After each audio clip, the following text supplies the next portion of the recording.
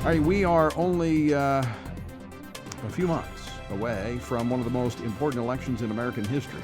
The next president could nominate one or two Supreme Court justices, and policies on abortion, religious freedom, and so on and so forth rest in the hands of the next administration. So the results of this next election need to be accurate, and there are growing concerns over universal mail-in balloting that many states are moving toward. Join me now to talk about this and Speaker Pelosi's calling Congress back from recess to hold hearings about the U.S. Post Office is Congressman Andy Biggs, who is the chairman of the House Freedom Caucus. He represents the 5th Congressional District of Arizona. Congressman, welcome back to Washington Watch. Thanks, Tony. Good to be with you.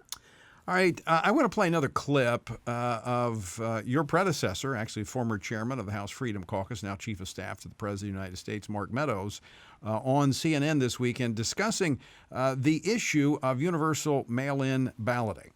We want to make sure that every vote counts, but that only one vote counts. And so when you look at that, this debate is really over a process. A number of states are now trying to figure out how they're going to go to universal mail-in ballots. That's a disaster where we won't know the election results on November 3rd. And we might not know it for months. And for me, that's problematic because the Constitution says that then a Nancy Pelosi in the House would actually pick the president on January 20th. So we need to make sure that we do it right. Congressman Andy Biggs, do you share his concerns? Yeah, absolutely right. I mean, Tony, some of the evidence that we've seen is in New York's primary, the Democrat primary, mind you, one of every 4 mail-in ballots was disqualified as fraudulent. And then you go to Clark County, Nevada, they mailed out 223,000 ballots that were returned as undeliverable. So when you start going in this route, the way that the Democrats are, you're doing a couple things. You're sowing fear and panic in the public that we're not going to get a fair election. And the other thing that they're trying to do is they would really like to delay this and run the constitutional clock out so that Congress gets to determine who the next president is, not the American people. Now, let's talk for just a moment. I'm going to come back to the election issues. I have another clip from Mark that I want to play. But I want to focus on this call that Nancy Pelosi has issued for the House to come back into session this week to discuss emergency funding for the United States Post Office. I mean, what we actually have here is kind of a confluence of two different issues. We have a post office that's been losing money for years. You get a businessman that has come in and is reforming the process to make it efficient and cost-effective.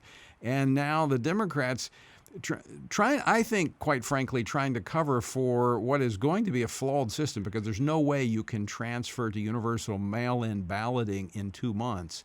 They're trying to make the point of funding for the post office really the scapegoat. Am I correct? Yeah, you're absolutely right, Tony. Just a couple quick points on that. The last package, just a few weeks ago, gave $10 billion in loan money to the U.S. Postal Service. And they don't need that money right now for operations, but it's available to them if they need it. So this administration has done nothing to curb their funding, even though they lost $2 billion last quarter. But they've done nothing to stop that. Then the second point that's so critical to understand is the post office can handle it. They process hundreds of millions of pieces of mail every day. You know who won't be able to handle it is the governments that are supposed to count these and verify those ballots.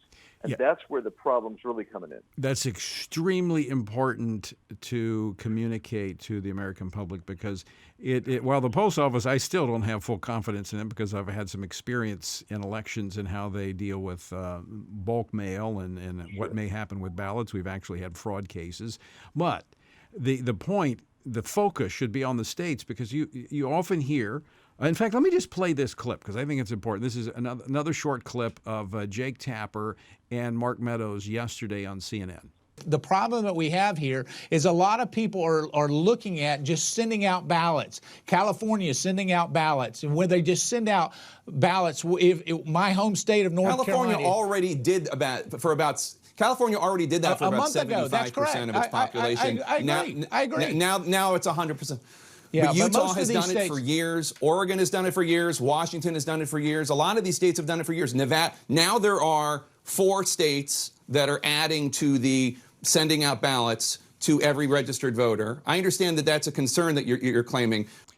What is not talked about, Andy Biggs, is the fact that those states like Washington and Oregon, it took them a decade to put in place the infrastructure to go to all mail-in balloting. Yeah, absolutely right. And that's part of the rub here is they want to cram this in just a few weeks, actually. And what's going to happen is there's just some important things about that. So the jurisdictions that Tapper is mentioning, they also have ballot harvesting. They allow ballot harvesting. So what that means is you send out these ballots to everybody whose name's on there, whether they're, and they don't allow, first of all, they don't allow you to actually cull or clean up those voter rolls. So there's these ballots going all over the place, and then you allow ballot harvesting. Do you not think that that is a recipe for voter fraud? Well, of course it is. And that's, if you're really concerned about whether we're going to have election integrity, then you need to stop ballot harvesting and stop. You have to allow cleaning up the rolls so that your dead uncle doesn't get a ballot. We get one of our adult child's ballots here every time, even though they said she doesn't live here. You know, and where everybody knows about the famous cats and dogs that get ballots. You know, Fluffy gets a ballot. That's because they won't clean up the rolls. And so all of those have the recipe for disaster if you make universal mail ballot for when states do not have the apparatus to deal with that.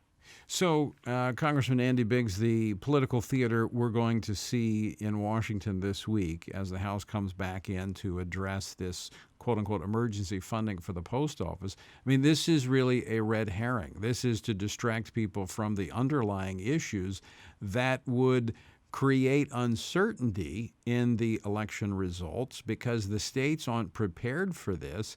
And as you said, and as former Congressman Mark Meadows, Chief of Staff to the President, said, this puts it into the hands of Congress to decide who the next president is. Well, that's right. And you know what, Tony? I'm glad you said political theater because think about this. Nancy Pelosi is going to try to cram something to the House this Saturday. That's not moving the Senate. So that means that it is absolutely theater. It's being done to drive a narrative. And that's what the Democrats do best. They drive narratives. They don't respond to problems. They just actually, frankly, they're creating a problem here, creating a crisis, creating panic in the public that we can't get votes counted. The reality is that her proposal is not going to pass muster in the Senate. So what does it become? It becomes political theater driven by an agenda that's going to foster panic in order to get power. That's what they do. And to go back, Congressman, to Mark Meadows' first point, the president is not opposed to early voting or absentee voting. That's not the issue here. The issue here is universal mail-in balloting, meaning that every person on the voter roll is mailed a ballot. And as you've pointed out very clearly, these voter rolls are outdated. This is a recipe for corruption. It is a recipe for uncertainty. And again, not to be redundant, but I think people need to understand the long game here. This puts the decision into the hands of Congress, potentially, as to who will be president. That's right. I mean, if they are able to jumble up the election results enough so that there's confusion and you can't get it completed in time, then it moves to Congress. And that is, boy, that's a recipe for taking away American people's rights. And that's actually an odd move since the Democrats want a popular election. So that's really, they're undermining the voters completely on that. That's what they say. That's what they say. Yeah, I'm that's not what sure. they say. I'm not sure that's what they want. That's a fair comment, Tony, because I think what they want is any way to arrogate power to themselves, bring it to the center, and for the Democrats to take power. There's no doubt about that. Congressman Andy Biggs, thanks so much for taking time out to join us. My pleasure. Good luck, Tony. Hang in there. All right. Congressman Andy Biggs of Arizona, chairman of the House Freedom Caucus.